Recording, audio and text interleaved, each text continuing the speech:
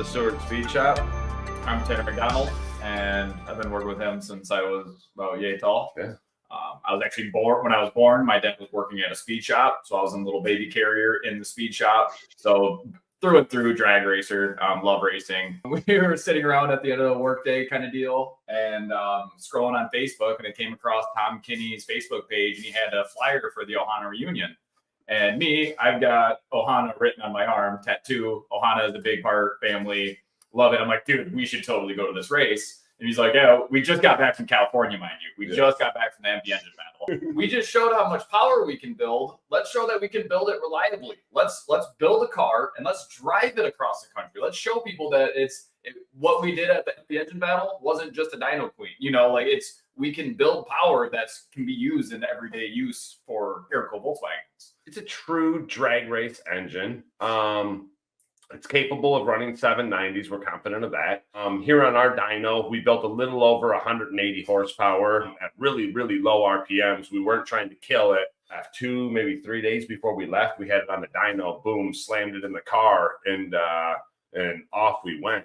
So, you know, it's a true high horsepower car, our engine, and it's got flange crank, 48 IDAs, big valves, big cam for it to get on the open road and hammer down that 65, 70 miles per hour for 8-9 hours a day. This is where we're really going to test the parts, and this is where we're going to really test the build itself is on the road, To build that horsepower reliably that absolutely is a feat.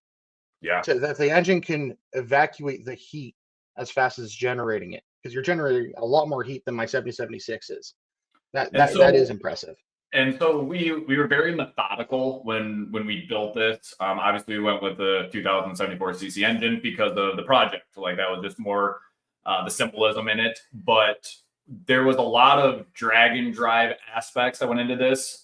As far as on the way out there, we were running 1.1 ratio rockers. So we're not beating the valve springs up. We're not hurt. Okay. We're not having that much nose pressure on the cam. We were a little high in compression. That was one thing that we had to battle a little bit of on the way out, was just pulling timing. But with the timing being so low, that was where we got lucky, and it stayed super. We didn't get lucky. It was what we planned for. Yeah, we planned to pull all the timing out of it and run cooler, be able to put pump gas in it and not have any problems. Yeah, and so that was the big one. And then, but to be able to, once we got there, transition everything over and put the beans to it and split the transaxle in half. I was under the impression that Project 2074. I thought 2074 was like the mileage, like driving. That was the crazy part. This all came. We checked the mileage, and the mileage literally from our shop door to the drag strip in Medford, Oregon, is 2,074.2 miles. And I'm like, dude, 78 by 92. Like, we've already got the engine figured out. If the mileage is 2074, the engine is 2074. There you go. Now we know what we're building. The car's it's a street car with a roll cage with 2 seats. It's heavy, Burney looks like Burney had an engine fired. I'm guessing that's where the name Burney came from. That was a customer of ours, came in needing a handful of parts. We were like tallying it all up. This was $300. We'll do a straight up trade. That works for me. And then forgot it was even there. We never picked it up, and it was the same thing. That was another deal that happened probably a year ago, and we forgot about it. And so we committed to this project and everything. So I was like, hey, we got that body you got to pick up. We got this chassis you got to pick up, knowing zero condition of either of these. Yeah. So we're walking into this blind, like thinking that we might have to do pans. We might, we didn't know the extent of it. And we ended up getting really lucky with Burney. Minus the fire, it's a rock solid car. Same with the pan, super rock solid. Someone already put pans in it. Thursday was the day we're like, okay, we're going to do this. Let's go. And so Thursday night, we started calling around like, hey, can we come and grab that body tomorrow, and can we come and get this chassis on Saturday, and put it all together and start chasing around with the truck and trailer, loading up parts and pieces. And that was the first, and I think that was that week I think that was 5. That was 5 weeks to leaving. Yeah. That was 5 weeks to leaving when we picked up that body. That was in Unknowing what we July. were- Yeah. That was wow. Yeah. So yeah, like So when we posted videos and so on and so forth, that wasn't like some hidden treasure we had somewhere. We had never We had seen no idea. We had no idea. No idea. None whatsoever. Yeah, that was as real as it got right there. Like, wow, okay. Well, Yeah. We got good bones. a wiring harness Mhm. burnt from halfway up the body and windows melted out of it, but hey, it seems to be solid. So yeah. I only saw you guys get one pass attempt in. Did you guys get any other track action that day that I missed, or was that Nope. it? No, you happened to be in Oh. the right place at the right time to see all the lack of launch. But And it was one of those things that we were trying to make it because with Medford, how they shut the track down during the day because of 150-degree track temps. We were trying to make it before that in case something did happen and we didn't make it in time. And so with the time not on our side now because we only had that night to test, it was a full send or no send. Right. Either we're going to Right, go 790s right. or it's not going to go 790s. Yeah. So we didn't do a soft foot down the path. it wasn't no shakedown runs. It was a 6,000 That was the day. two-step and let out the clutch. And Yeah. That was the danger drive, and it got dangerous. Yeah. And I knew exactly. It's totally fine. I knew exactly what was coming when we got to the line. We built a lot of stuff last minute, and Tanner's always the driver. And I knew exactly how the car was going to leave. I knew this wasn't going to be a soft shakedown. So that's fine.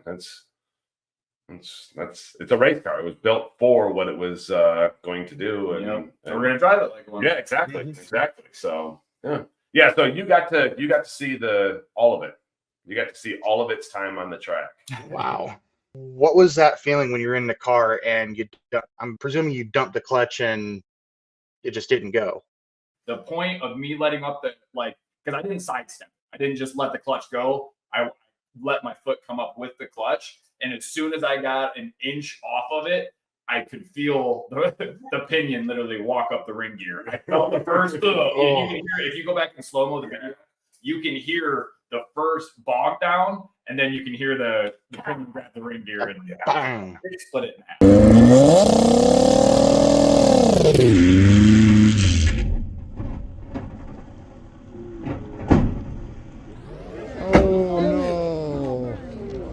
The car started to transition, and it was like, I'm like, yeah. And then I heard the bog, and I'm like, no. You know exactly what's happening. And pinions climbing the ring gear. And so didn't really know. So as it was hopping out of the car, it was like, well, we're done. Like we gonna have to figure this out. Like we knew when we left that we could fix absolutely anything except the transmission. Yeah, we did not prepare to be able to, because it's a swing axle. So there's nothing that you can really do at the track without carrying a complete spare transaxle. Yeah. And so that's the first thing that went through my head is that we were done. Like that was it. This is the find a U-Haul. Yeah, exactly. We need to find a U-Haul trailer to drag this thing home because it's done. You know, I mean, you're not flat towing that. You're not doing anything with that. You know, it's done.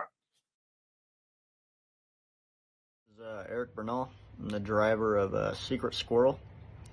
I work at Strictly Foreign VW Performance. I'm an engine builder and mechanic.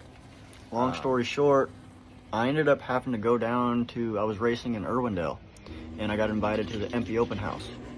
And that was one of the same days, so Saturday for the MP Open House, walking around. There's just so many people, it's just unreal.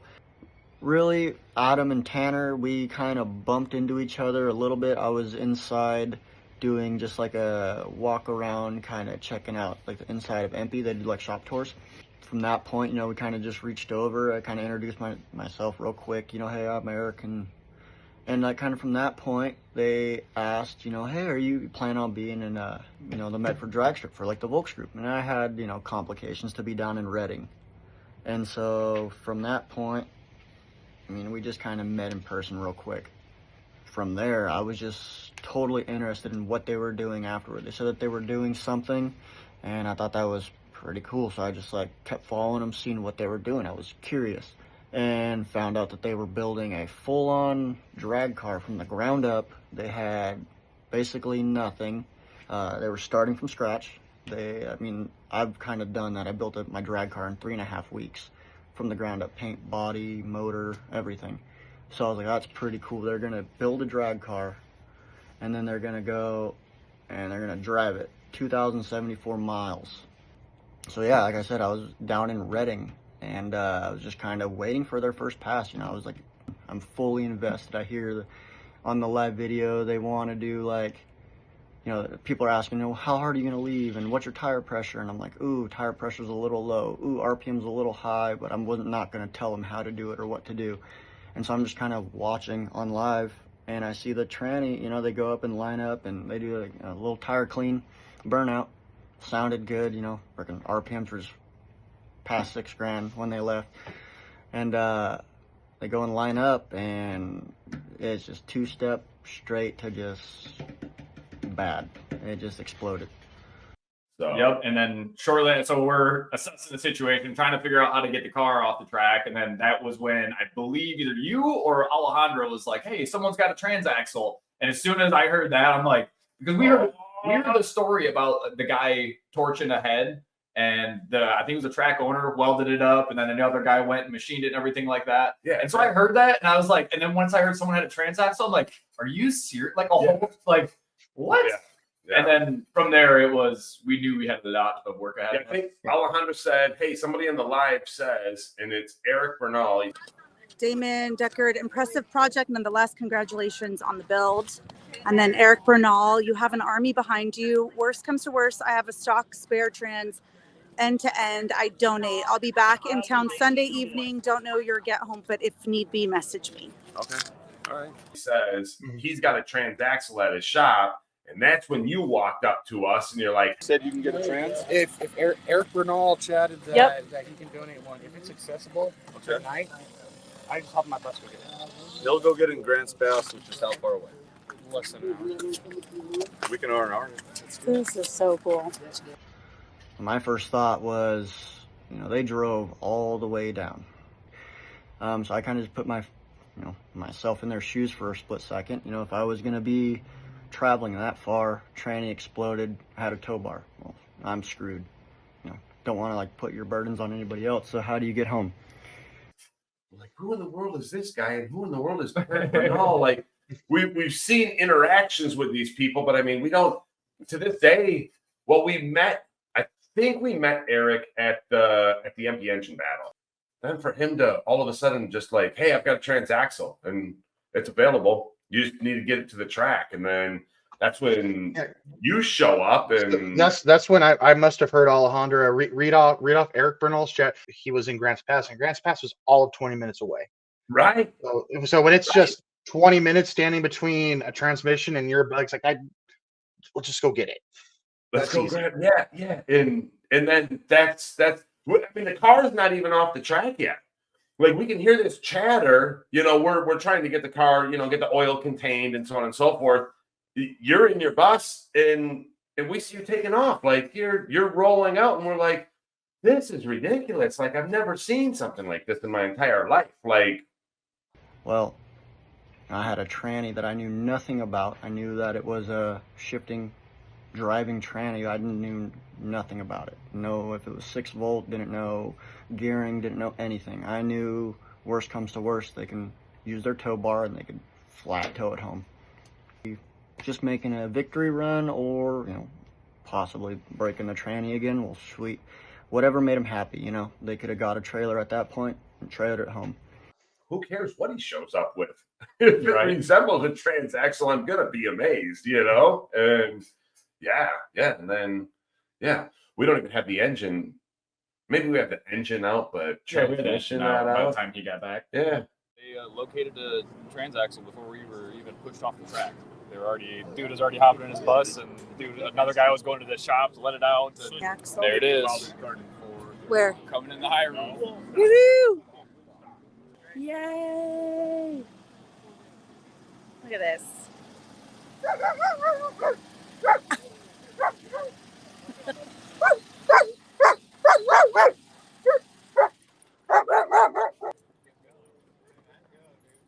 at this. Wow. He's a big boy. Look at that. I don't know how much to thank you. Yeah, much appreciated. Yeah. No, thank Eric. All I had to do was drive. Well, that's huge. I appreciate Yeah. it. Thank you. It's a big deal. Woo! Yeah, I remember the engine was off, but your transaxle was your transaxle was out because it was. Yeah, I was saying we might have been on the ready. ground. We were waiting for you. We were actually out and ready to rock and roll. Yeah.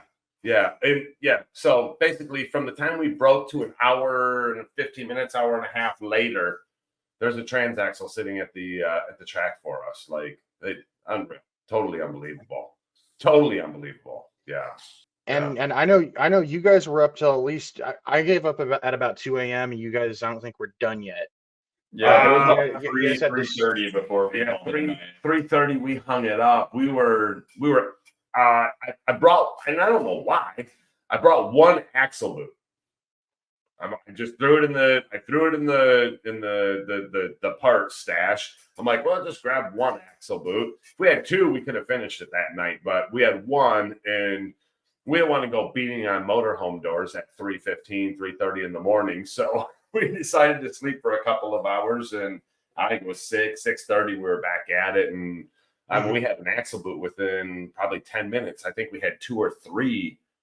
Yeah, I think we had 3 axle boots at our pit by the time we were 15 minutes into working on the car that morning. I still wasn't even awake, and people are handing me axle boots from all over the place. I'm like, good gosh. Yeah, just unreal, totally unreal. And I mean, we've been to a lot of drag races too, where there's a parts call out, and you know that at least 80% of the people at the track are running the exact same. We need a Potter 1.5 roller rocker. This poor sap who just broke one doesn't have an extra, and everybody has one. And 15 minutes later, they're calling out again, like, "Hey, we're still looking for a Potter 1.5 rocker," and you're like, he's done. I mean, he's done. He's put it on the trailer and go home. You're not going to get anything from anybody. Yeah, there's trash talking before an event, and then everybody's got their crew. You got your crew, you got your clique, and you got to hang tight to that crew and clique. And you can't divert from that. I mean, otherwise, I mean, you might be out of that crew. If you're going to go and talk to those guys, like, I mean, and I've seen it numerous times. And I mean, that's like Tanner said, the instant thought is we're done. We're done. That's cool.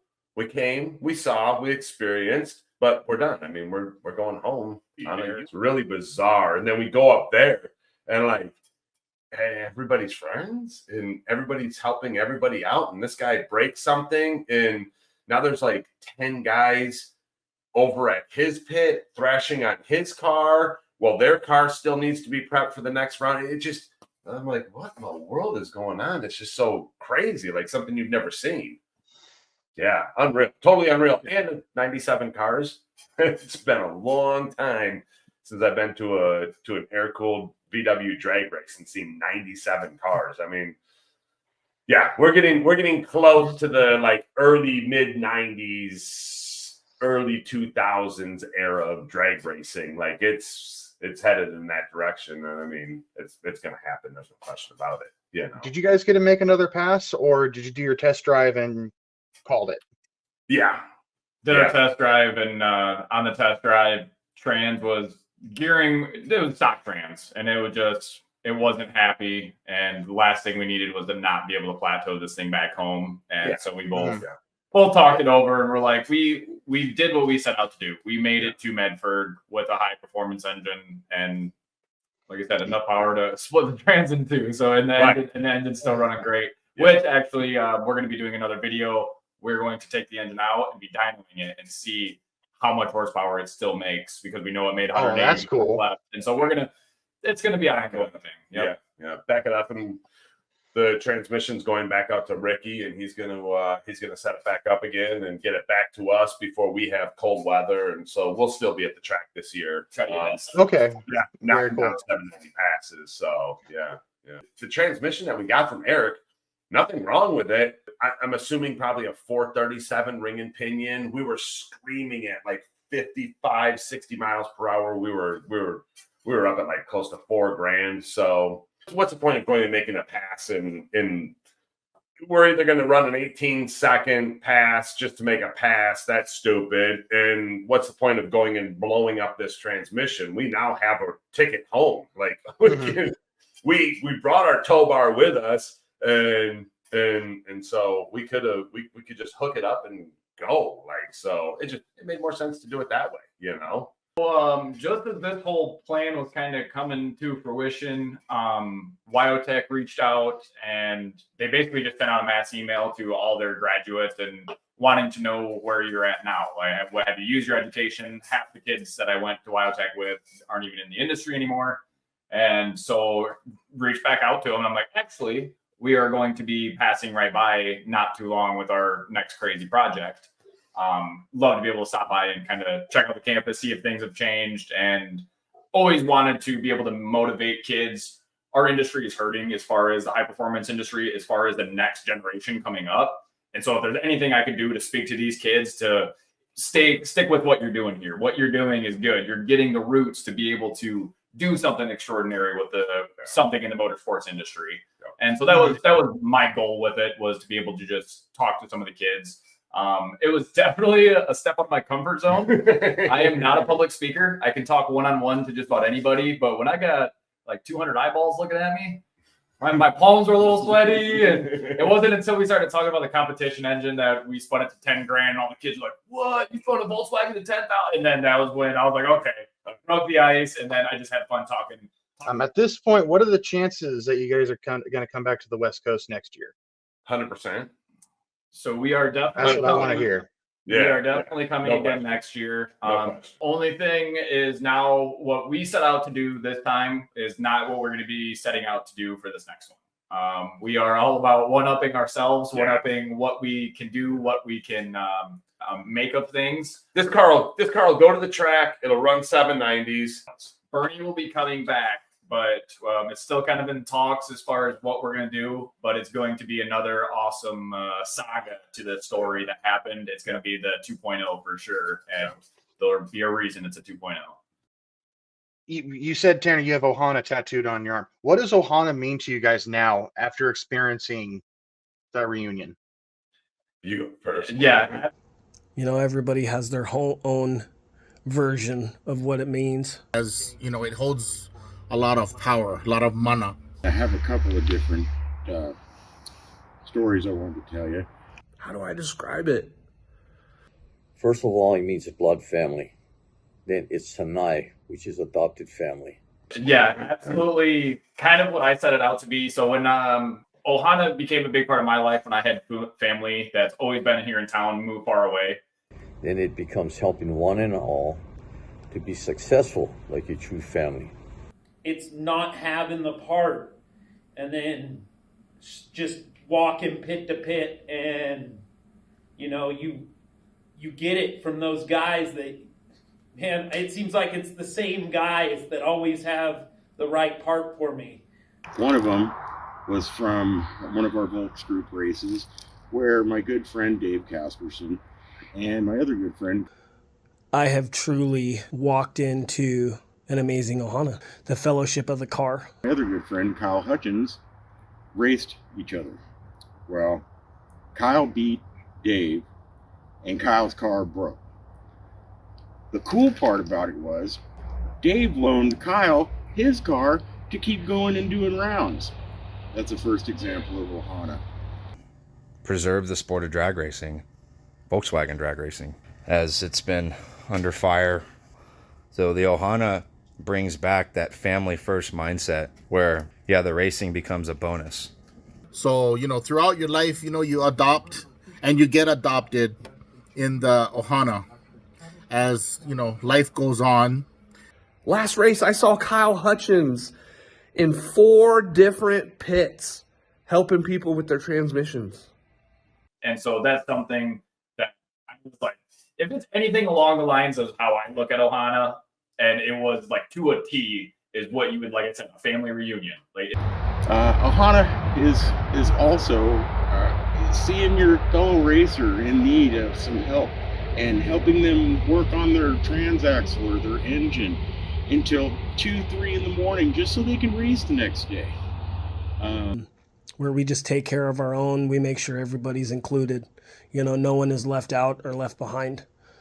Because it's all about being with your family and your Ohana and spreading that Hawaiian culture that is just love and happiness. And yeah, like it's exactly what it is. And it matches right up, except it's your racing family.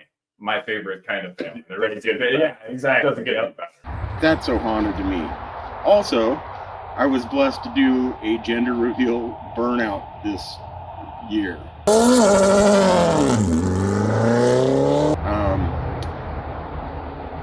Mind-blowing to me.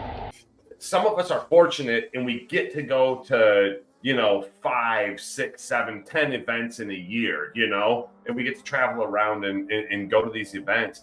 There's a lot of people that have to like pick and choose. Like they get one local and then one that they get to travel to. There's no question. Like there is no question whatsoever. You have got to be at this event. You have to be there. You have to experience it, because Jeff and Tom just kept telling us, like, we just can't wait for you guys to experience the Volks group. Yeah, they just kept saying this experience, the experience. Like, not the race, not the race, just the wait experience. till you guys just experience it, And I don't know what that really means, I mean, like, I've experienced a lot of Volkswagen shows and drag races, So I mean, I don't know what the experience is, and yeah, and we show up and they're feeding us at 10 o'clock at night. And kids are doing tie-dye, ice cream, and it's the whole family. It's not just the racers; it's the entire family. I don't know what it's like on the East Coast. I don't know what it's like in the Midwest. But one of the things I notice about the Volks group in particular, the husbands are all drag racing, but their wives are also drag racing. Yeah, in Powder Puff. And then the kids are also sometimes drag racing. At the Samoa event, they had these little junior dragsters. Yeah, the junior dragsters. Like I don't know if that's normal or not, but that stood out to me as this is a genuinely family event. Yeah. And I mean, at no point in time did it ever feel like it wasn't family oriented. You know what I mean? It was just and everybody was decent. Every single person was decent. There's not one conflict. There's not one issue. It was crazy. It was crazy to see, to be there for 3 days, and every day was just it seemed like it was just better than the last. It's pretty crazy, man. Totally unbelievable. We were in Reading. Stephanie Bracey was there. And when I had wrecked, my wife was running down the corridor and she was right there to take care of my daughter like it was hers. That is Ohana. That's Ohana also. I hope that answers your question. I wouldn't trade none of this for the world. Aloha. Kaniala. Live Pono. Okay? Aloha. So let's just live it and not just say it. Mahalo ke akua. Just basically stay tuned. We, like I said, that's what we set out to do is not over yet. We are definitely going to, we're going to be back. We're going to be back with a vengeance. So, in the most fun possible.